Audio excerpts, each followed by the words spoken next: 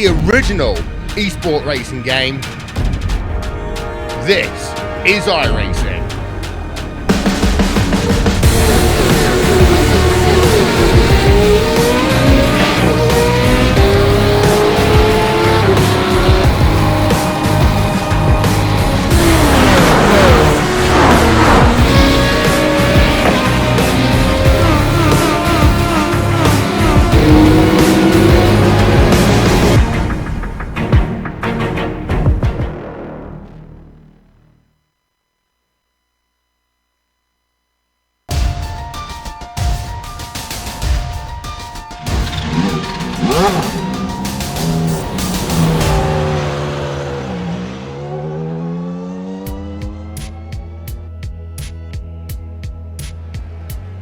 David Holland is no slouch. Back-to-back championships certainly show that he is the man to beat. But this league rarely stands still. There's a constant influx of talent, along with the regulars raising their game from season to season. If Holland wants to make it a three-peat, the effort has to start tonight. We'll see how he kicks it off as we get ready to watch round one of the PRL Formula 3 series, and you'll see it all live here on the Global Sim Racing channel and the iRacing Esports Network. Hi, I'm Joe Peak, and with me in the booth is Ossian Puhaka. Behind the scenes is our director, Sean Crackers Ambrose, and he's using cameras provided by Dougie Beard. Formula One kind of steals the show here at Suzuka, but lots of different open wheels cars do compete at this circuit. In fact, probably one of the most more well-known is actually a local series to Japan, the Japanese Super Formula cars. And you can see this track certainly needs a pretty high-powered machinery to try and tackle it, because it's a relatively long lap around here at 3.5 miles, 17 turns among them as well. And it's known for being very, very technical, often described as a driver's track. That can mean that passing is sometimes a little bit tough. We'll see how it plays out with the drivers today. Before we do that, though, let's go on board with the GSRC Formula Renault 2.0 and see what it's like from on board an open wheeler around here. All right, we've got Scott Newton in the GSRC Formula Renault 2.0, so let's do a lap around Suzuka. Coming down to turn one, even though you're likely to see passes here, it's going to be hairy on the entry. You're braking and turning at the same time, which means drivers will be on the limit and will make too wide rather risky. Turn 2 is basically an extension of turn 1, but you'll use that banking to swing the car down and around, carrying your speed. Bringing the car across the track, we head into the S's. These bends get longer and longer as they go, slowing the car with each one. Try to set up for each successive corner instead of drifting wide at the exit. The final right-hander can be especially tricky since it tightens towards the end. Once you come out of the last one, you've hit Dunlop, but in the Renault, it's easily flat out. Hug the left side of the track to shorten it up and set yourself up for Degner 1. A stab of the brakes and a flick of the wheel will take you clattering across the curb at a high rate of knots. Then before you know it, you've got to slow much more for Degner 2. Tucking it way down to the apex will be critical through here. After you head under the bridge, you then approach the hairpin. The kinked entry can make it tough to predict whether a driver will stay defensive, and that sometimes causes race-ending wrecks under braking. Like most hairpins, just square off the exit of this baby for the best possible launch. And you'll really need it because the long turn 12 is essentially a straight in this car. Keep your foot to the floor and hug the inside. The draft might help just enough here to offer you an opportunity to overtake into spoon, but this double apexer has a quick entry for the first half. You let the car drift out and slow it down some more for the second apex. The exit off of here is going to be one of the most important ones of the course. Hesitate to get on the power and you'll regret it on the long climb up the backstream.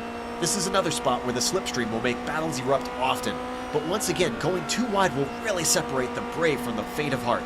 Going through 130R side by side will frazzle nearly everyone's nerves. Then you've got an excellent opportunity to outbrake your opponent into the Casio triangle. But like Scott shows, it's going to be easy to come in here too hot. Keep the car steady over the curb so that you can get your foot to the power confidently. The final turn is an easy, gentle bend. Bring the car across to the racing line, and if you kept it all together, you've now finished a lap around Suzuka.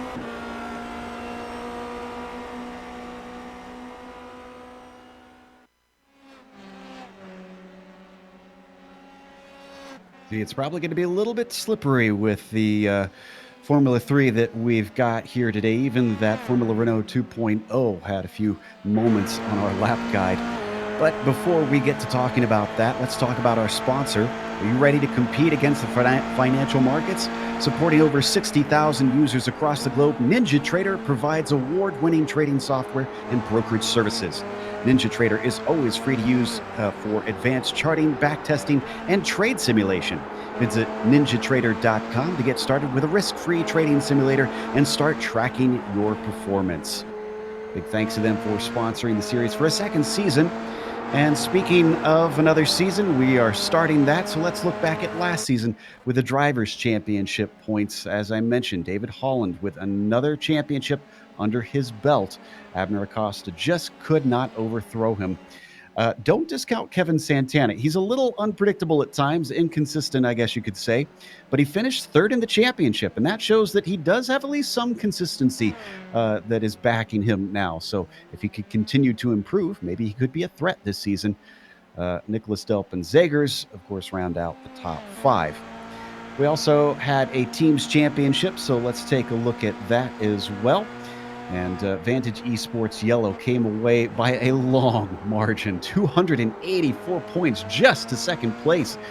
And then from there, another 100 or so back to SRT Esports Red.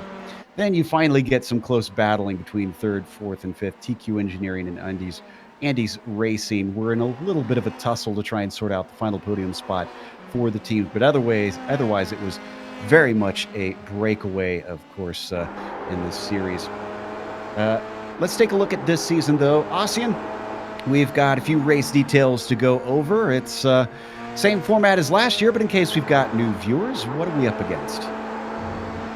Well, 45 minutes of racing, 15 minutes of qualifying, and a lot of very, very good drivers who are ready to challenge David Holland this season, but so far, not so well. But yeah, 45 minutes of racing, 15 minutes of qualifying. That's the most important bits of it, at least. Yeah, you can see their open setup. They do have an incident limit, and they get some bonus points for a few different things that they can run out there. As always, if you're watching this on the iRacing Esports Network, make sure and subscribe when you get the opportunity. If you do that, then you won't miss a moment here on IESN with the PRL Formula 3 series. Just click the big red button that says subscribe. Right now in that qualifying, it looks like David Holland is on the top of the qualifying charts, but Greg Seitz has joined the fray, and he was looking very good in the warm-up and the practice here before the qualifying. There was less than a tenth splitting he and Holland, although right now it looks like, Ossian, that it's a bit of a wider margin, but it's still early going. Yeah, it's still early going, very early times, and there's still 5 minutes for people to improve their times, but right now David Holland is looking really, really, really solid out there. I mean, 150.7, that is world-class pace, absolutely world-class pace. But the thing is, Greg Seitz, in practice, he has gotten close. He was, in fact, faster on practice than David Holland. So I think it's a case of both David Holland being fast and Greg Seitz being a little bit underwhelming so far in this qualifying. He's on a fast lap. Let's see what this one across the line is going to be. Not quicker. In fact, he's about half a second off of his fastest time, Greg Seitz. So he'll have to try again later. Holland is currently sitting in the pits, so he seems content with where he is. Also want to watch out for Rod Clenard. He's in third, inside of that second row, and 6/100ths behind Greg Seitz. In fact, he's coming out of Spoon right now, so very little of the lap left of him to run here, Ossian. Yeah, not many important bits anymore. As he's coming out of Spoon and he's going into 130R, then just keep braking for the last corner and making sure you don't screw up that last corner. The Casio triangle, very important bit. You want to stick right up to the inside after you exit the corner in case you are on a fast lap. Looking very good for Rod Clenard right now, it must be said. Then turning in, not getting too loose, holding nice and tight to the inside. Let's see, this could be a very good lap. And it is 151.8, so not good enough. Yeah, just about 3/10 shy of his quickest. As we watch Rod Clenard start on yet another lap, he'll get probably about 2 more chances. This is one of our newcomers, Sebastian Prulot. And I see Kevin Santana, who sits in 4th, is going to come across the line. I'm checking to see if he's going to improve. Looks like no. 666 stays put. Actually, no, he falls down because Nicholas Delp just completed a quick lap ahead of him. So Nick Delp now in 4th place in that number 58 car. Yeah, and it looked like David Holland is out there again as well, which is very interesting. So probably he does feel a little bit of pressure coming from the guys, or he just wants to see the conditions, or some other reason. I mean, he's a racing driver; he wants to improve, but that 150.7 right now looks very untouchable. But still, David Holland out there, so we will be seeing a benchmark from his perspective as well, and Rod Glenard is still on other lap as well. So with the last 2 minutes looming in our view, Joe, it's gonna be a very interesting rest of the qualifying. That comfortable gap it just got a little bit more uncomfortable. So it's probably a good thing Holland went out because it's now 9/100ths of a second between Seitz and Holland. His last lap at a 150.875. Watching James David down in 17th as he crosses, and this last lap unfortunately didn't count. He must have had an off somewhere. We're going to get some fun this season, though, here in the PRL Formula 3 series because, well, they've got the new tire model on the car and the new damage model out there, Ossian. So Yay! let's hope we don't test it too much, but we could see a few parts flying around. Oh yeah, it's very interesting how the damage model actually operates as Rod Glenard improves by almost half a second but still stays P3. So you have a contact, for example, to Harvey the curb, you can actually get a tire a little bit loose. You can like get a wing loose if you even hit a bump too hard. Now it's not something like that's gonna happen too easily. It's not too sensitive, I guess. But what I've seen is that it reacts very realistically, very authentically to any sort of damage, and you will see parts flying off. You will see eventually wheels flying off as well, and you see these cars getting really, really broken in case of an impact, which I guess it's actually even more comforting to see than the car staying intact, because that's how racing cars are supposed to behave on impact. They get broken. So the new damage model is something I will follow with curiosity, also in case how it affects the car-on-car contacts, because it affects like when you hit somebody else just a little bit lighter than last season, for example, do you get less damage? Does the sensitivity turn towards better in terms of open wheel contacts? It's a lot of things we have to follow. We haven't quite figured out how it works yet. Nobody quite has, but it's something to keep an eye on, as well as the new tire. Well, Holland abandoned his lap. Seitz abandoned his lap. This leaves Rod Glenard, as the checkered flag comes out, as the most likely to maybe upset the front row. We'll see if he can as he comes out, and he is going to try and complete it as he comes to the line. That 151.3 stays put. It's a 151.4. So no better than 3rd place. In fact, a lot of drivers behind him have already decided to call it a day. So we watch Andy Spicer now as he comes through. He is all the way down in 32nd. It's a very large field out here. We haven't mentioned that, which, with this being the first race of the season, does make us a little bit prone to some chaos at the start. Oh, it does. Especially with the new tire and how cold the tires are to begin with. Like, okay, you got tire warmers, but they are not gonna do miracles. Remember last season when every time you went out there with any car, basically, the first hot lap was the fastest one? Well, not anymore. Greg Seitz did his best one on his 3rd hot lap in a row, 3rd fast lap. A lot of drivers doing their fastest laps in 3rd and 4th laps. So the tire heat is something to really watch out for in the early goings of this race, going into the SS.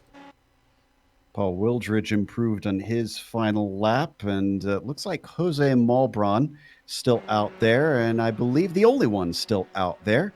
He's got a 52.8. He's all the way down in 23rd as he comes up to the Casio Triangle. Let's see what he's got underneath him.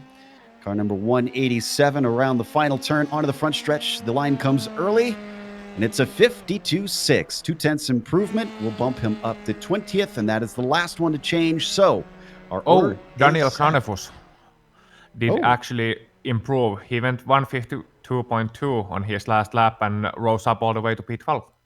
I must have missed one out there. So one more that changes it up. Let's Let's go through our starting order because we got a lot of drivers to go through.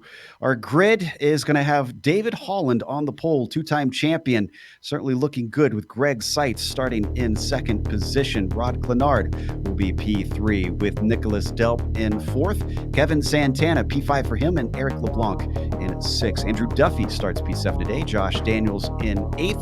Raymond Day will be ninth, and Jean-Francois Matt in 10th. Owen McLachlan in P number 11, Daniel Cranefus in P number 12. Then it's Don Lee and Armando Edwards in row number 7, with Brett Herman and Stephen Verdi on positions 15 and 16.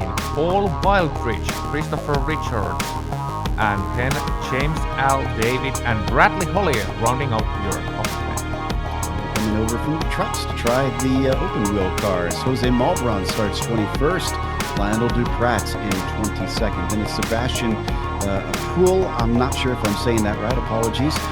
Jorge Villegas in 24th, followed by Matthew Gunderson in P25. And it's Kyle Strykars in the 26th position today. Behind them, the next row, it's Matthew Paul in 27th. David Sirwa in 28th, and Andy Spicer starts 29th. Mike Richter rounds out your top 30. And in P number 31, it's Aaron Webb, Tyler Gore in P32, Daniel Barnett, and Jeff Jacobson, P32, 34. Then it's David Hebert, David Blackwood, David Cristelli, Charles Sumner, Jay Felton, and in P number 40, it is Jay Steffi. So a lot of similar names in P35 to P40. Yeah, about 4 drivers didn't get a time in. Felton, LeBlanc, Steffi, and Chatley. Chatley, another one coming over from the trucks to try his hand on the road courses. But everybody now gridding up. We're waiting on just a few of them to finish out the field. With 40-plus cars, everybody's going to have to be tiptoeing on those cold tires here off the grid. No warm-up lap to try and weave and get them up to temperature. It's basically you're out there and you go. You can see our grid just about all there is Greg Seitz and Aaron Webb. The last few, James LeBlanc as well. Some may elect to start from pit lane. I wouldn't blame them, as we've got new faces, so you might not know what they're up against, and might be safer to just start a little bit timidly. Looks like LeBlanc will be the last one to make his way out, and as the time ticks down, he's going to take a pit start. So the lights are up. Green flag is out, and David Holland off the line. Not the greatest to start. Seitz already looking to the inside as they come down turns 1 and 2. Seitz could take this lead away, depending how aggressive he wants to be. He's got a nose ahead. He's got the inside line, and he's got the lead now in the first turn. Yeah, and behind them, very, very clean in the start. Not many incidents to be seen at all. They are clean all the way down to roughly P number 30, and I don't see actually anyone in the wall. Oh, there is one car in the wall. That's Matthew Gunderson, but that's just a singular car incident. So nothing major. A very clean start for these guys and very great to see, Joe. Yeah, had a little help that spun him around. James David also off the track, but it looks like he's able to keep going. But very good start, as already our leaders coming up to the hairpin. Greg Seitz pulling a bit of a gap to Holland, who's under threat from Clenard. Nobody making a move at the top of the field down into this heavy braking zone. One car going a little wide in the midfield. That's going to lose him a spot. Looks like Cranefus, number 55, side-by-side battle between himself and Owen McLaughlin. This is for 10th place.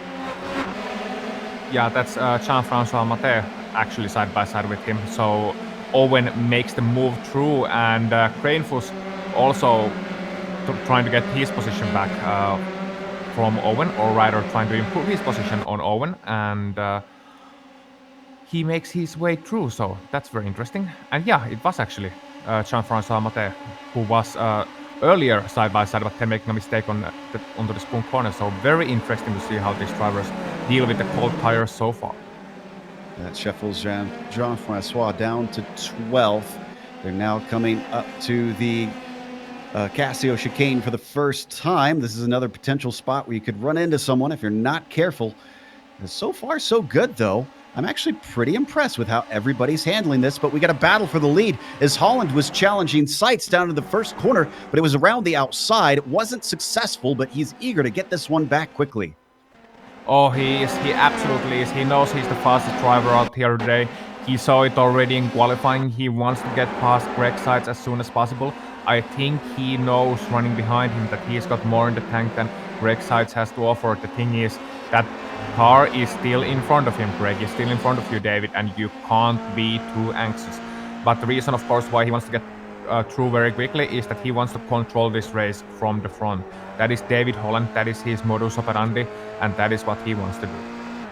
If he can't do it on track, the good news is they will have one pit stop today as they've limited the fuel on these cars, so he could maybe leapfrog him, though he locks his brakes up down into the hairpin.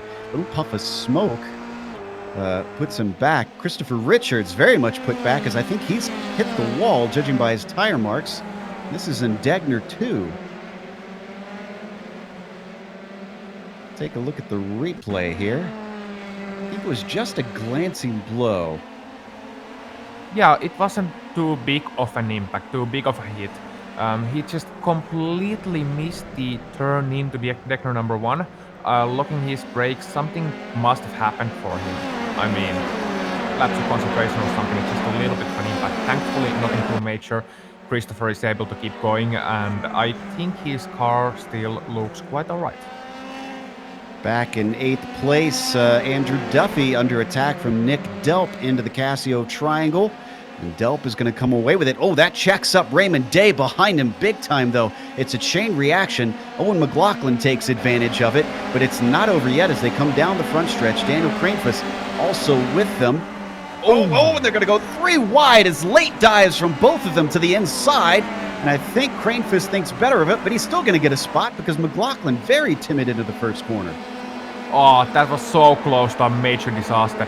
You could see basically Raymond trying to get everything of McLachlan's draft, and then Daniel making a move right here on the inside and just moving to the inside at the same time, and that was very close to a major disaster. Had Daniel been an inch closer, I think we would have seen a car in the air, and that's never a good thing. Cars are not meant to fly. Yeah, at least these aren't. As they continue on their way through the 2 Degners and down towards the hairpin under the crossover. Now, I've checked back up on Holland, who's fallen away from Seitz a little bit. He locked it up once again, this time through the hairpin. This is starting to become a trend for him. Even though they do want to get the tires up to temperature, he doesn't want to overheat them in the process. No, you don't. And it's one of the dangers in the early goings of the race. When you want to get tires up to temps, you're on fuel tank of fuel, or not quite a full tank of fuel, but as full as it will ever get in this race. It's a very difficult situation, especially as you just practice qualifying laps. You can qualifying. Now you suddenly hop into the race. The track is a couple of degrees warmer, not too much, but a couple of degrees. 23 degrees Celsius track temp right now. So that's a little bit of a change as well. David just trying to cope with it and trying his best to stick with it. But the thing is, in the early goings of this race, he's actually, well, on the previous lap, he lost time to Greg Seitz. On this lap, he caught by 1/10 of a second, but he is still not quite as close as you would want to. As Joe, you have battle for P17. Yeah, we got quite a little pack here forming in the mid-pack. Paul Wildridge trying to chase down Brett Thurman and Stephen Veraday. They come into turn 1, and even though he gets very close, Thurman's not able to do anything with it. They've also got another behind them. That's Sebastian Krull in the number 79. And then they're trailing Bradley Hawley, who doesn't seem too bad when you take away the fenders and put a lot of downforce on the car. The 184 holding in 19th. And could get in the mix if these 3 start fighting a little bit closer. But speaking of getting close, as they go through the S's here and down towards the Degners, how tough it is it to deal with the wake of the car ahead in these high downforce machines?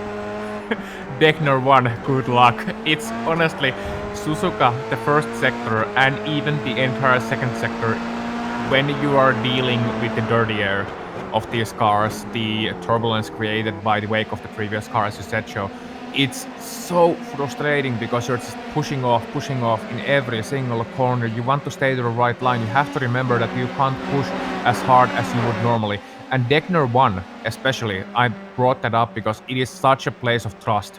You are turning into, you're going always very, very fast with any car, and you don't have much of room for error. And with these cars, you're following another driver, suddenly you might be realizing that, oh, I should have gone 10 k's an hour slower, and then it's a little bit too late.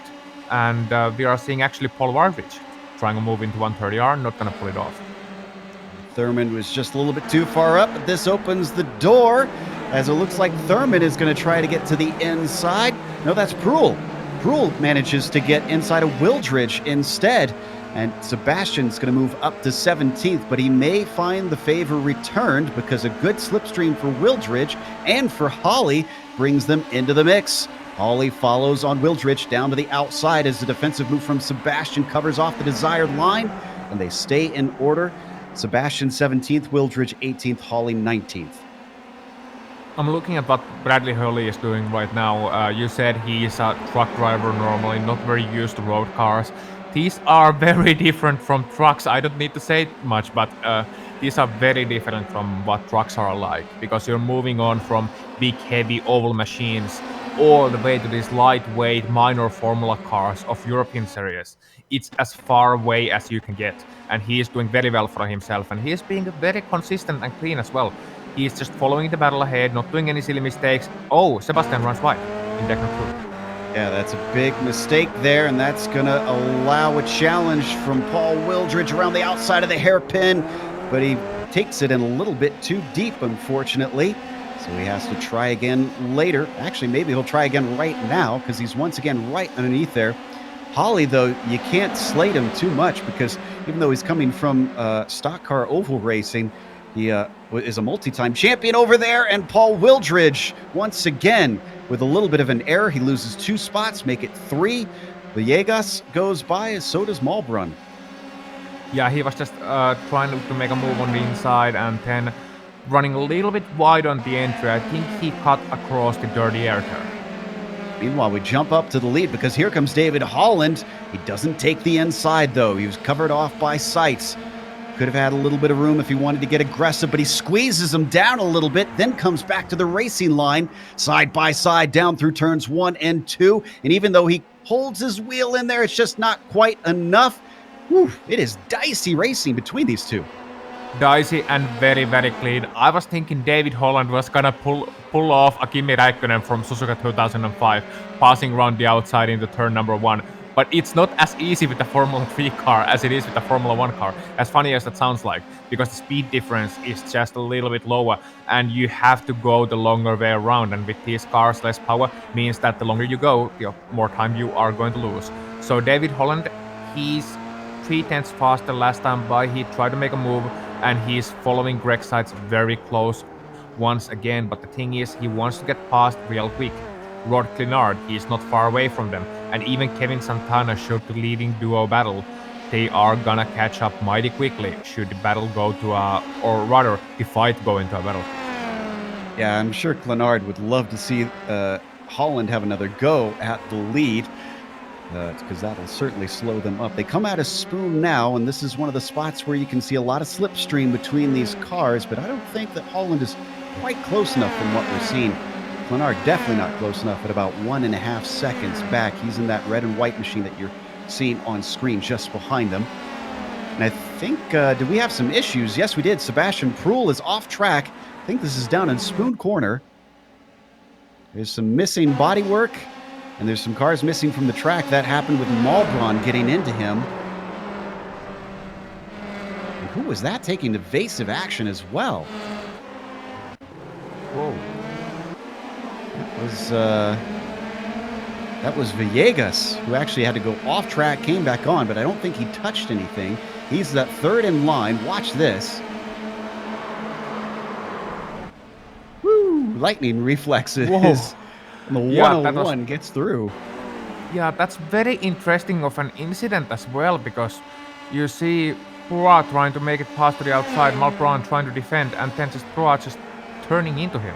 And Malbron, I guess, slipping a little bit wide, but Croix really gave no room. Malbron spinning around, Croix spinning around, and it was just one of those incidents, Joe, which could have very easily been avoided, unfortunately. Meanwhile, on screen, that was Duprat and Wildridge that we were watching, having a little bit of a fight, but Wildridge comes out the worst of the two. Duprat now moves into 19th. Going back up to our leaders, Holland still within about 0.4 of a second, but he was this far back last time we saw them going down the backstretch, which they're going to come up to soon. So I'm wondering if he's a little bit too far back to maybe get a run. He cuts it down to 0.2 of a second. That'll be a lot better. Yeah, 0.2 of a second, very good, and gets a very good run out of the spoon corner as well. That is such a difficult corner to take, especially in dirty air. You're running wide, running wide, running wide. It is possibly one of the most frustrating corners in the world, in the entire world. But here comes David Holland, just absolutely nailing it and looking to the outside. They outbreak him into the Casio triangle. He's covered off for the first apex. Wow, way deep into the corner. Seitz almost outbreaks himself, but it effectively keeps him in the position as that blocks off the path for Holland. Holland comes back at him down the front stretch. Last time he went to the outside, it didn't work, but he's going to go for it again. He's given no other choice. Let's see what he learned last time through. Can he manage to maybe hold the grip? No, goes for the over-under. Sees if he could cut back, and that doesn't work either. No, very good driving from both of these guys. I tell you, I loved how Greg Seitz pulled off what was practically a slide job into the Casio triangle. He braked so late that he basically was able to get in front of David Holland to absolutely ruin his exit of that corner. And then into the main straight, David was close, but he was not quite close enough. He got alongside, he didn't get past. So Greg Seitz playing very tough right now. And he is risking it with the refs because that's gonna easily be 2 minutes for interference if this was hockey. So in other words, he's getting a little bit close to blocking there, but not quite there yet. It's very close. Saw a little bit of action down in 8th position. There's Raymond Day, who is being chased by Duffy right now, as they also are being joined by Daniel Cranefus in 10th position. Oh, but Daniel spins in front of a bunch of cars. They all manage to avoid him. That sends him down the order, though. Number 55 falls all the way to 15th from that mistake. Oh yeah, exiting the hairpin, and oh, that is such a terrible thing to do, because that happens so easily. There is a little bit of camber on the exit of the hairpin, right? And you are very close to the edge of the grip. So once you get a little bit sideways as you try to turn it in, he just lost the traction in the rear and spun lazily a half spin. The good thing was that everybody is pretty much on the outside there, so he can do the thing of moving just a little bit to the front and then avoiding any damage, avoiding anyone hitting him. But a very, very clumsy looking mistake, very easy to do. The lead is getting very intense. Look at this. Some weird tactics going on. Holland got up behind Seitz, but then he lifted and held him to the inside all the way down, almost to the braking zone of turn 1. This, well, it slowed them up even more. Clenard is now within 0.7 of a second. It's becoming a three-way battle now. Yeah, David, I think, is measuring him right now. So he saw Greg is going to go to the inside each and every time. He was trying to hold him there and see if he can make a crossover work. Not quite yet, but look out for that crossover move, the over-under, trying to make it from the outside to the inside and trying to make Greg defend all the time, because that is what Greg is doing right now.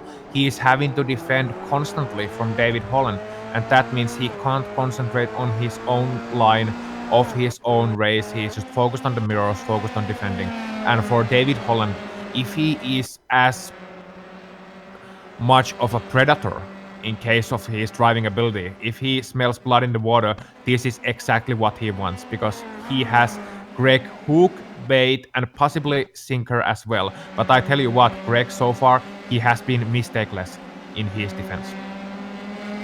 Holland stays right with Greg as they come up through 130R.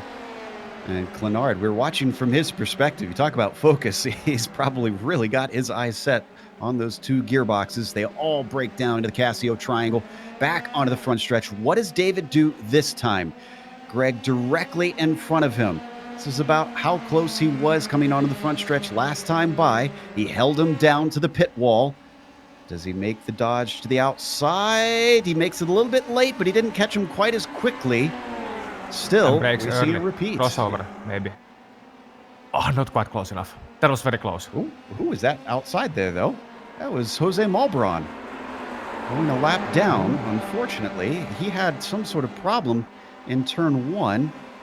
Looks like he didn't hit anything. Don't need a replay. Just spun off of the corner, got it going once again, and continues on in 36th. Very good awareness from Jose there to, realize that, okay, I spun. I will just hold on to my position, let the leaders through, don't get in front of them in the SS, and then, rejoin and continue my race. Very good awareness from Jose, because not many people think too much when they just have a spin. So that's hats off for him. We could go to 13th, Stephen Veraday down there with the 55 of Kranefus right behind him. And in fact, he's been holding in the wake of the car ahead very well through this technical portion. You were just talking, Austin, about how tough it is to stay with him. Well, whatever setup Daniel's got on the car, it's certainly showing some mechanical grip here.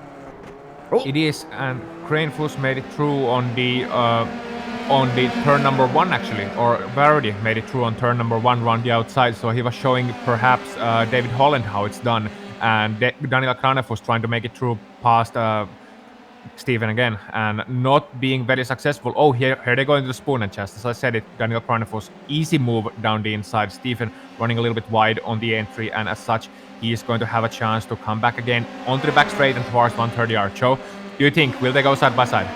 We'll see who's brave and who's not. Veraday is going to have to be on the outside. The clouds are out, so hopefully that'll cool things down a little bit. They hold the grip, but Veraday doesn't hold the position, and Kranefus is going to keep in 13th, but we've had a change for the lead. We almost had a change for the lead. Seitz was behind Holland for a little bit, but he's not giving it up. Side by side down to the S's, and David finally pulls out of it. Let's get a replay on that one, because that was the best run yet we've seen from David Holland down the front stretch. He almost had him. He almost had him. Got alongside very well out of the last chicane, and then was able to hold Greg right down to the inside, not giving him any room at all. And then at the last second, just moving to the racing line a little bit more, was David Holland. Unfortunately, he was unable to block that inside line. He was unable to get the car to the inside. And Greg, being very brave indeed, launching his car to the inside line and reclaiming that lead. But that was so very close. David Holland not doing anything wrong at all, and that must be so frustrating for him. He was so close and then losing the position at the last second, and now he must be thinking, oh man, what do I have to do? How can I get this guy away? How can I take him away? I've used all my finishing moves, all my signature moves, and now I'm still in the second place. Oh man. He's got to be thinking pit stop soon, though. We're just about at the halfway point. If he does think he's faster, he's got to do something other than what he's been doing, and pit stops seem like the best call for me. Rod Clenard, though he's staying with them, hasn't really been on the attack, but what's interesting about this group is they continue to pull away from Santana in 4th. That gap from the first car off the podium is up to about 6 seconds and showing no sign of catching them despite the battling. Here we go again with David Holland holding him down to the inside. This time he doesn't even juke to try and take it late here into the braking. So continue to try and experiment. He was lifting. Not sure if he's trying to save a little bit of fuel for the pit stops. I don't think so. That would make very, very little sense indeed. I think he was just seeing, okay, the run is not as good as last time, and I didn't make it through last time, so there is no point trying for me to get alongside him. So Rod Clenard is now joining them. It's a 2-car battle turned into a 3-car battle, and Rod is in that popcorn position. He was all that time in the early goings of this race show. He was like that kid in the schoolyard going, fight, fight, fight, fight. And then he saw what he wants. We saw the fight, and now he's in it. Meanwhile, I think we've had some drivers take scheduled stops. James David has come in and out. Andy Spicer as well. And I do see Charles Sumner trundling down to his pit stall. So we take a look at 10th place. This is McLaughlin trying to catch up to Don Lee. I think those spots have recently changed, it looks like, as well. Yeah, they have, and Don Lee, P number 9, Owen McLachlan, P number 10. So behind them, a bit of a snake forming as well. Yeah, McLaughlin cut the course, outbreaking himself at the Casio Triangle. Don't need a replay. So he got slowed up, and that's how we have Lee in front of him now. Yeah, this is a snake, but you can see they are quite spread apart compared to what we're seeing with our front runners. OP15, Bradley Holly and Brett Herman battling it out, going side by side in the 130R. So here we see Bradley Holly trying to make it round the outside, and does make it round the outside. Very brave stuff from Bradley. He wasn't afraid of anything there, and able to break into Casio Triangle and making a little mistake on the main straight, but that was a very nice move, Joe. Very nice. Of course, an oval driver would know how to go high, wide, and handsome, but he's going to have to defend now because Brett Thurman comes back at him. He'll try the outside just like Holly did last time. What can Holly do from the inside? Oh, not as brave that way, and that's going to give it right back to Thurman. Yeah, so he wasn't as brave on the inside. Maybe he's a little concerned of running a little bit wide, or maybe he knew he wasn't going to get alongside anymore as he braked a little bit early into the first part of the first corner, which is ironically actually named First Turn. The name of Suzuka's first corner is First Turn, so there you go. So it does have a name. As we continue to watch them work through the Degners. So now that we've got a couple cars that have pitted. Oh, what happened to McLaughlin here? He is off course out of the Degners himself. Ran wide in Degner number 2. I was just watching him. No contact with the car wall, no contact with other cars, and it almost seemed like technical difficulties. Oh no, he was just, never mind, he was just getting out of other people's way once he was slow, but a very unusual mistake. And it all started when he ran wide on Degner number 1. So he went a little bit of Tony Gardner skateboarding there, and as a result of that, ran wide.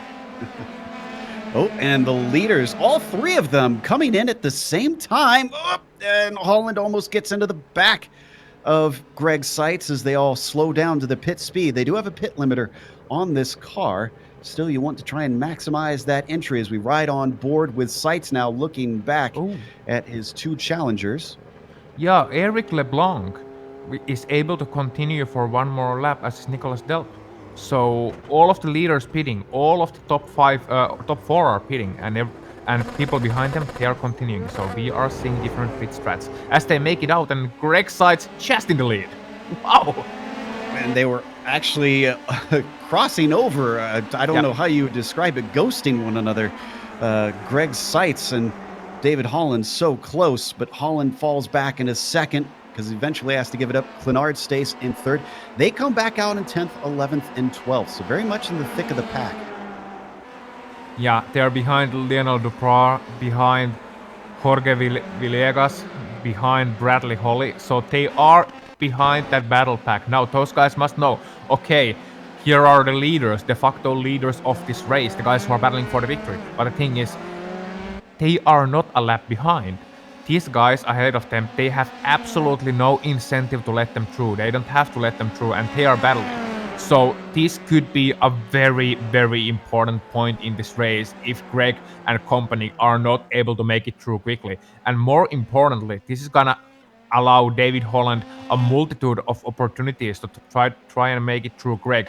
Multitude of opportunities for Ross Blinard as well to catch right back up to the leader. So it's very interesting times in this race, and I am really, really hoping it's gonna go all clean, all smooth. I have trust in these drivers, but it's always a heady situation, and if you're Greg Seitz right now, you are probably saying some strong words under the lid of that helmet right now. Watching our next leader who's inherited it, LeBlanc, who pits, so that'll give the lead back. Delp follows him. Day does as well. Looks like the pit window kind of marginal here. So it's only 18 minutes left, and Edwards, yeah, pretty much everybody coming in.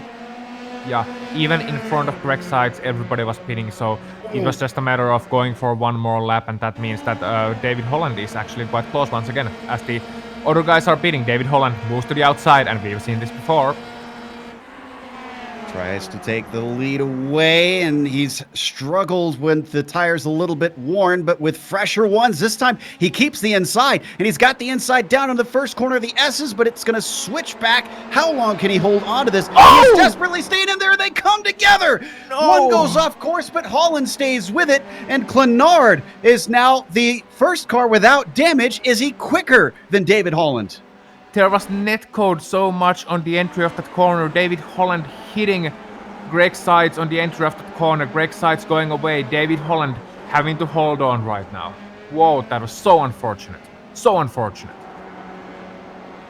Sad to see it come to blows, especially with so much racing left here today. And Holland's holding on to the lead, so if he did get damaged, doesn't seem like it's hurting him too much.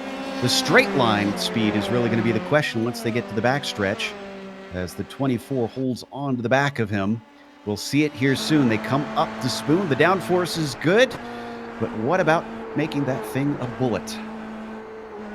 Yeah, we will have to wait and see. Rod Cunard is having his chance, but I don't think David has too much damage, and the reason is they made contact in what was effectively a straight line, as straight as it gets in the SS of Suzuka. So it was a pretty clean contact, all things considered. And as I said, it was just a little bit of netcode on the entry of the corner. It was neither's fault. They both gave each other enough room. It's very difficult to go side by side through the SS. But just, so very unfortunate. Both guys running out of luck, and David Holland, I think his car is doing all right. And as such, he should be able to get away from Rod Cunard. Looks like Santana's going to inherit that third place. He might yet get a podium. Our first battle, really, at the top of the field is between Josh Daniels and Don Lee. This is for 5th position. Daniels leads the pair as they come onto the front stretch. Number 23 being hounded by the number 71. He gets closer and closer, but we've seen this plenty of times. It seems like that front stretch, you have to be pretty tight up behind the car because most of our drivers seem to be just running out of track to try and get that pass done. Yeah, and you have to hope that the guy makes mistake exiting Casio Triangle or you get a very good exit. Now, exiting that chicane, that final chicane that I was just talking about, it's not as easy as it looks because that chicane has very high curves. You have to be careful with these cars so you don't break off a wing, so you don't get a tire loose, you don't break the suspension. And then you have to turn a little bit to the right, downhill, heading into the main straight. So it's a lot of factors going into the exit of the last corner. And Duprat is the problem. With Duprat, yeah. This is coming through Dunlop corner. I think if we look at the replay here, it looks like he's going to dip his wheels off, and that's going to send him spinning across. He does hit the barrier. Day is not over, but it certainly made it a bad day. Yeah, he's cleared the barrier, and he has also got that right rear tire very loose, so he did break the suspension, I'm afraid, of that car. So Lionel just getting a little bit wide, as you said, hitting the AstroTurf, and you are full throttle at that point. He was so committed, but he was also in the dirty air, turbulent air, and then it just slid to the wall. Nothing he can do anymore. So we come back live. Delp and Cranefuss in a little bit of a fight. They come up to 130 yards. Not the first time we've seen side-by-side through there, but we won't see it again because it looks like Delp isn't willing to try and risk it. He backs out and gives 8th place to the 55. He does, and Daniel Cranefuss solidifying his position inside that top 10. He made a move to the inside, and Nicolas Delp was like, okay, if you want it so bad, go ahead, take it. So there are two schools of thinking in 130R. One school of thinking is that you get it to the inside, and if you get it to the inside, I'm not gonna, fight it. You're gonna have to position. It's too dangerous. Other school of thinking is, hey, I don't mind going into the wall. Meanwhile, that battle for 5th is still going on between Daniels and Lee. Ooh, Richard just had a half spin in front of them, lap down, thankfully not getting in front. That was close. Clearly, drivers still struggling Richards did a good job from keeping that thing going fully around. As that did, I think, check up Daniels a little bit as Lee's closed it in slightly. Yeah, and I'm not surprised, you see a car sideways there, you see yellow flags in Dunlop corner, you're gonna want to have to slow down, and Daniels did slow down. Don Lee got a little bit closer. Oh, that was Bradley Hall that we saw on screen with a spin through the Degners, tried to catch it. Unfortunately, that tank slapper wound up going all the way around. Let's watch from on board. Let's see the hands here. Ooh, he did try very well. He did try very well, but he just cut the curb a little bit too much, and he was a passenger. But I tell you what, most of the guys, they would have been around the first time. He made 1-2 corrections, and then realizing, oh, he's run out of track, and still he was able to get it around Joe without hitting anything. So that was very good driving actually from Bradley, even though he spun.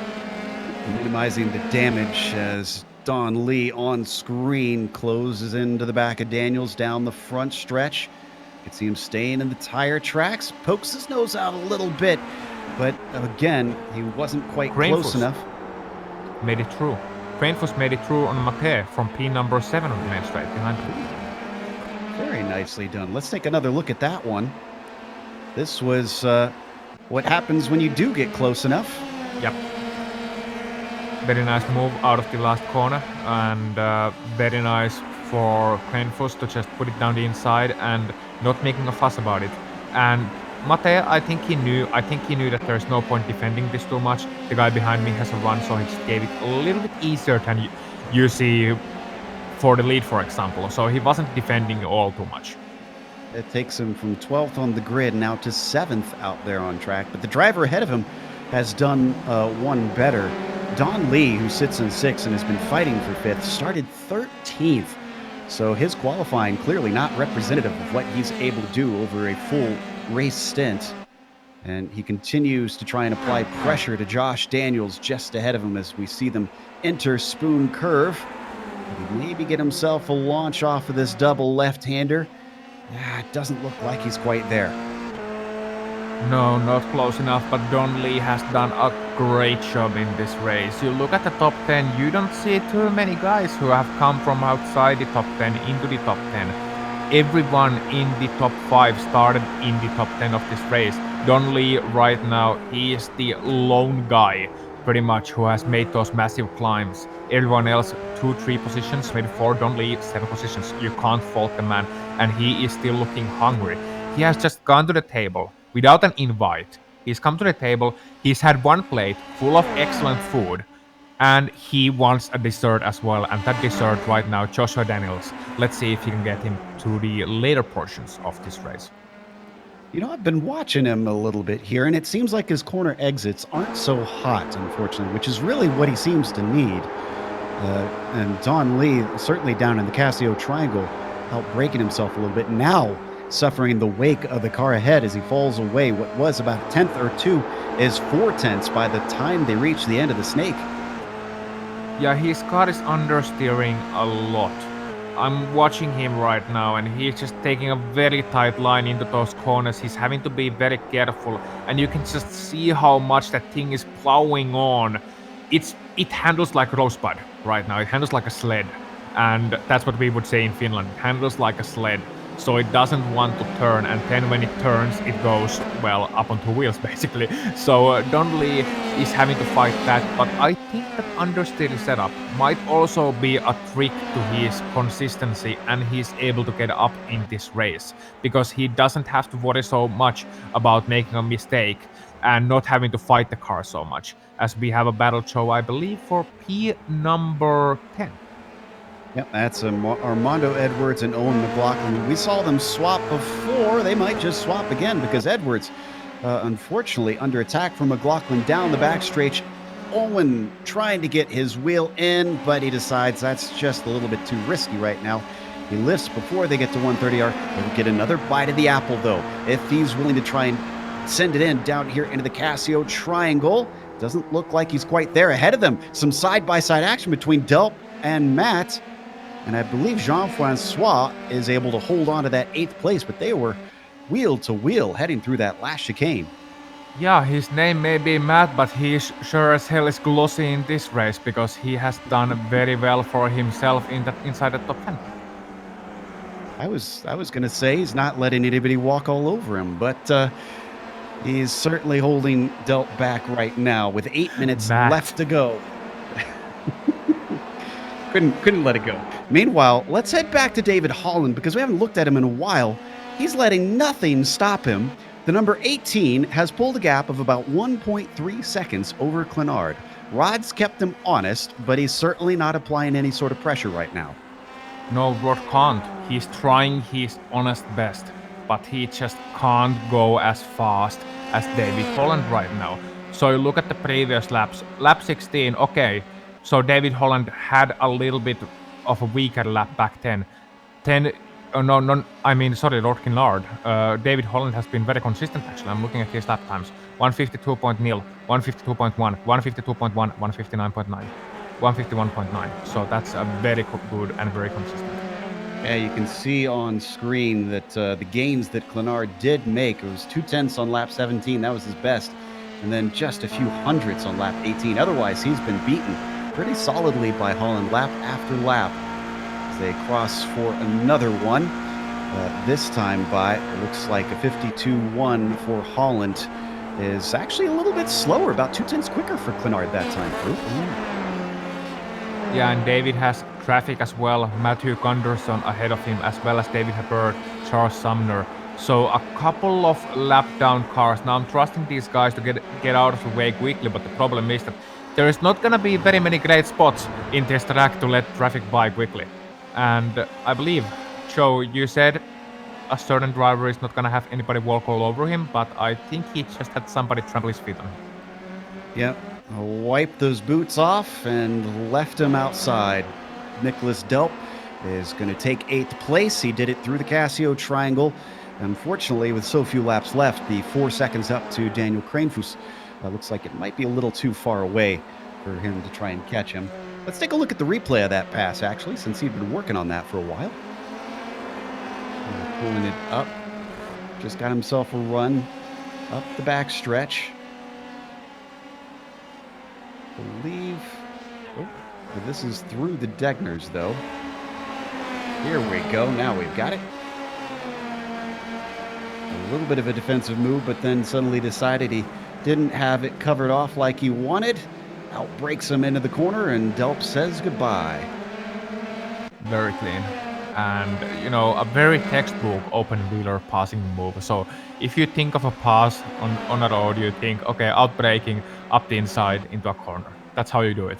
So, you know, not doing anything too fancy, just doing the right move, doing the right thing, making the overtake, and not applying any sort of glitter or pizzazz to it. Just, you know, being very good. If we could get a lap comparison between 6th and 7th, because I swore Daniel Kranefus was a lot farther back from Don Lee when I last looked. And this battle for 5th place now has 3 cars involved. So, as that's a horrible exit from Don Lee, and Kranefus, who rocks up behind him, gets the slipstream down the front stretch. He also gets the inside line before they even get to the turn-in for the first corner. Can he seal the deal, though? We've seen one driver back out even with the inside, but that's not going to be the case for Daniel. Oh, Don had less wing. He had less downforce in that car. He was faster on a straight line, but Daniel just sending it down to the inside. Absolutely sending it. Lick the stamp and go in there. He wanted to get it done, and that's what Daniel Kranefus did. Now, he's been a lot faster, as you viewers probably saw, in the last few laps than Don Lee. Also faster than Josh Daniels. So it's a realistic concept that Daniel Kranefus all of a sudden is gonna end up with P number 6 in this race. P number 5, I'm sorry. Yeah, and that will certainly trump Don Lee as Kranefus, again, coming up from 12th position to 5th versus, well, no, actually it would tie them on gain positions because 13th to 6th for Don Lee. Of course, Don could still try and overtake Daniels. Let's see what he can do. No, excuse me. Lee is in 7th. I can confuse myself looking at the previous lap scoring since he didn't cross the line ahead of him. We ride on board with Josh now. P5 has been his for much of this race, and he's got to make maybe about 2 more laps in that position to try and seal that deal.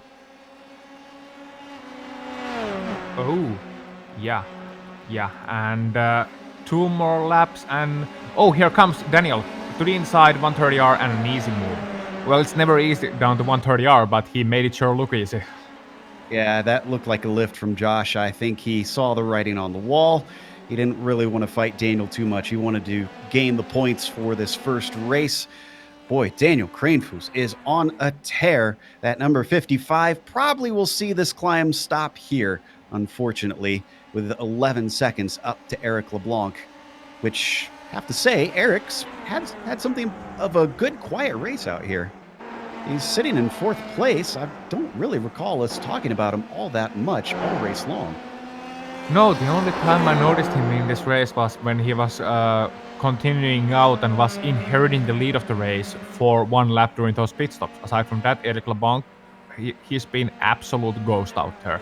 But in a good way, I mean, if you're gonna be a ghost all race long and finishing in P number 4, hey, that's a good day's work. And your boss is gonna like you a lot because that car is gonna be a clean a lot of times if you're not battling. Yeah, both he and Santana have just been kind of in no man's land and running their own race. Those boring races are what you want and don't want as a racer. They certainly aren't thrilling to do, but they bring home the points in the end. Let's ride on board with Santana now. I mentioned he was 3rd in the championship at the end of last season. Well, he's going to start it off in the exact same position as things look right now, because he's sitting in 3rd, and barring any of the bonus and penalty points, that's where he's going to sit when things end up in just about a lap's time, because David Holland is crossing the start-finish line now. The number 18 gets the white flag.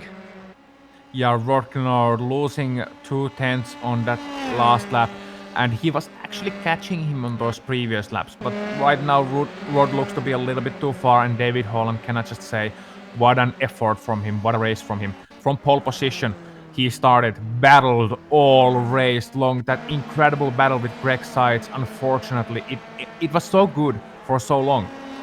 And you know, 10, they just came together once, not either of their fault, and as a result of that, we were stolen off what would have been a monumental battle for victory of this race. But take nothing away from David Holland. He has been very good in this race, and he is sure showing why he is still a force to be reckoned with in this series, and why I think he is still the driver to beat, even though Greg, he is very close. And they are gonna have a great battle all throughout the season. Rod Glenard was able to get close in the end, but not quite close enough. So, you know, prospects. At the qualifying, it, for one point, it looked like David Holland was gonna run away with it, but it was not so easy, Joe. On screen, we saw Lee have a spin. Unfortunately, that sent him down to 13th after what was a great drive from him. It's like Strykars swapped places with Jay Steffi. So Steffi now finds himself in 16th. Fans of Armando Edwards, bad news. He had a wreck with just about a lap to go. He's had to take it to the pits. It was a huge one down into the Casio Triangle. Unfortunately, we won't have time to go to the replay because we've got David Holland coming through the final chicane, and then one more corner to go. The number 18 picking up where he left off. He took the championship last season. He's going to take the victory here in round 1 at Japan. Bernard with a 2nd place, gets followed by Kevin Santana. Kevin takes that 666 around the final corner and wraps up the podium. And you get to LeBlanc, who we mentioned, in 4th, also running on his lonesome. Kranefuss swapped a little bit with Josh Daniels when we weren't able to see. There was so much action happening out there, but he did get back into that 5th place. So Daniel P11. climbing a long ways. Yeah, P11, James David and Brett Herman very close going into Casio Triangle, and James David for some reason not trying a move, but still very close heading for that line, and in the end James David not quite close enough. Very surprising he didn't go for a move there. And behind them, very close also.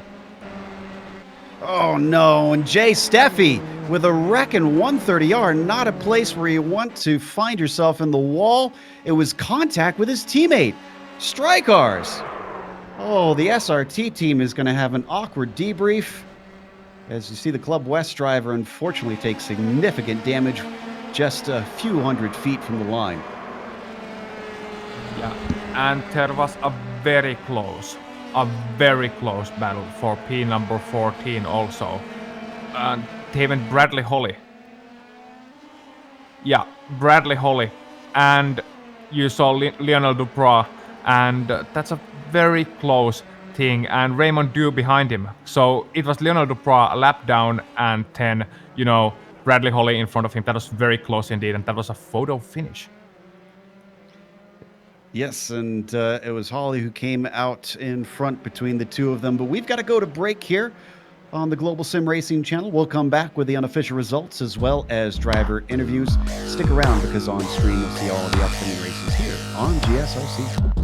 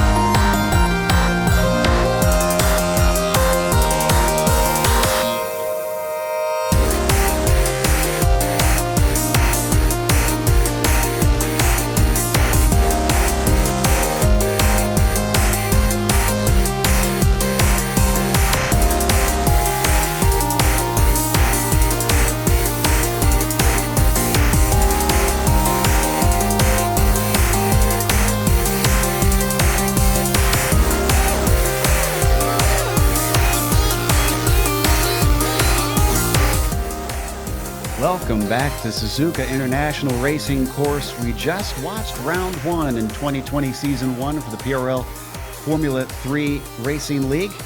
We have David Holland as your winner, and though he started on pole, he didn't lead most of the laps.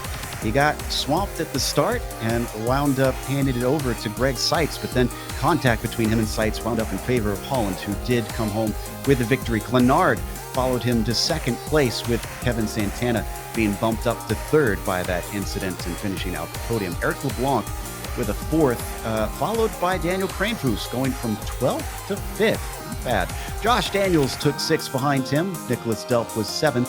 And then you've got Jean-Francois Matt in eighth position. Stephen Veraday finished in ninth, and the top 10 were rounded out by Owen McLaughlin. And P number 11, Brett Herman, James David finishing 12th. And Don Lee. At the last moment, we were talking about him climbing through the field all race long. He was in P number 6 at his finest. And then, at the last of the laps, dropped all the way down to the position he started from P13. Bradley Holly, P14, Raymond Duke, P15, 10, Kyle Strickards, Tyler Gore, Jay Felton, Matthew Hall, and Andy Spicer in P number 20. David Soros in 21st, with Paul Wildridge finishing in 22nd. How about Daniel Barnett? He did qualify, but it was 33rd, and he wound up 23rd, so he climbed a long ways. Jay Steffi didn't put a time in. He went from 40th on the grid up to 24th, but still had to pass a lot of cars in the process. Armando Edwards, as we mentioned, a lap down because unfortunately he wrecked before he saw the white flag. That gave him 25th. Aaron Webb, 26th. And then Andrew Duffy in a 27th. Charles Sumner also a lap down. He was 28th today. David Hebert took 29th. Lionel Duprat rounded out our top 30. And then it's a couple more cars a lap down. David Cristelli, P31, David Blackwood, P32, Mike Richter, P33, and then it's Matthew Gunderson, 2 laps down, P34, Christopher Richards, 2 laps down, P35, and then it's a list to your retired drivers. Brendan Chatley, Greg Sides, Jorge Villegas, Jose Malbran, Sebastian Proix, Jeff Jacobson, and James LeBlanc. All of the drivers retired. In fact, James LeBlanc never even starting the race. So that's your field. And I'm saying I just ran through the retirees show, and it's a surprisingly small number considering the length and the difficulty of the conditions. Yeah, all our naysaying was for naught, and certainly David Holland was not a victim of any contact, even though he did have some. David, we were watching that battle for much of the race between yourself and Greg Seitz, and it looked like a very good, clean one up until the contact. Can you tell us what happened from your perspective? Yeah, hey Joe. I hate for that to happen. I mean, much less, I hate ruining anybody's race, but much less for the lead. You know, from my perspective, we were racing hard. I'd kind of tried it from the outside a few times. It hadn't really stuck. I got it to stick that time, and I thought I had myself pretty well established on the inside. Going through the S's, and yeah, he just came down, and we made contact. I certainly hope it was just a racing situation. I haven't gone back to take a look at the replay. Like I said, I hate for me to take the win like that, and I definitely hate ruining Greg's race. It was really a fun battle, and just a lot of fun. It didn't seem typical for your style of racing, certainly. But it looked like really the thing that made the difference for a lot of this race was the start in the first corner. They say you can't win it in the first corner, but Greg Seitz sure managed to get by you on that first one. What happened there? Yeah, the staggered start on this track is a little bit interesting with the outside line actually being the pole position. And you really have to nail the start for it to work. And unfortunately, I didn't. And Greg did. So, yeah, he got out to a great start. He had a ton of speed. It was everything I could do to keep up with him. But, yeah, unfortunately, he did get us there on the start. Well, still, you took your Vantage car to victory in the end. Anybody you'd like to thank before we let you go? Yeah, for sure. Got to thank PRL for putting this on. Got to thank the sponsor, Ninja Trader, and the team, Vantage Esports, and you guys for broadcasting. Appreciate it, guys. That is David Holland, winner here today. Up next, second place finisher Rod Clenard, ready to talk to Aussie and Puhaka. Rod Clenard, I think once you were following David and Greg in the early portion of the race, you were the kid in the schoolyard that was just yelling fight, fight, fight, and then you got into it. Tell us about your early part of the race. Early part of the race was really just trying to pull the reins back and try to wait for the car to come in. The car was it had a big push, but mid-race on, the car was perfect. But especially in traffic, it was just a matter of trying to go quick, but not so quick that you lose the car.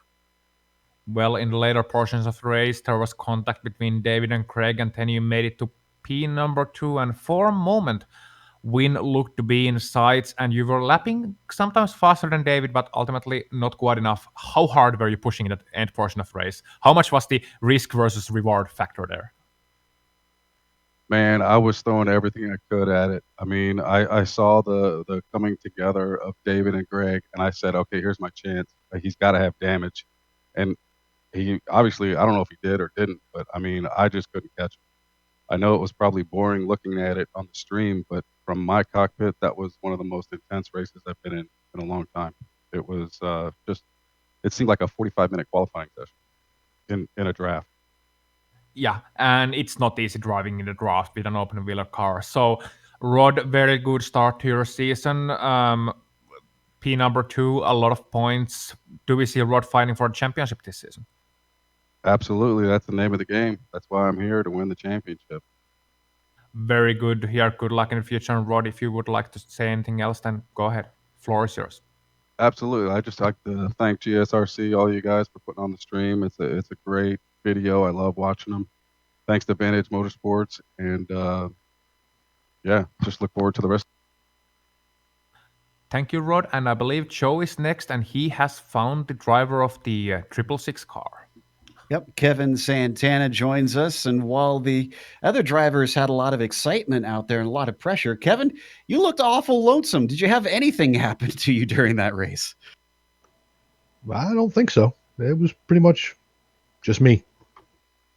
You did manage to wind up in third in the championship. We were talking about that a little bit on the broadcast. And typically, often we have to unfortunately bring up your lack of consistency at times. But taking third in the championship tends to show some consistency. Do you think you've improved in that area? And do you think that this season might finally be your season to try and go for P1 and the points? Yeah, I don't know about P1. It's going to be kind of hard to beat David. It certainly didn't seem like you had the raw pace out there, but you racked up some good points today and took a podium. Anybody you want to thank while you spray the champagne up there? Yeah, thank these guys that put it on week in, week out, and you guys for broadcasting it.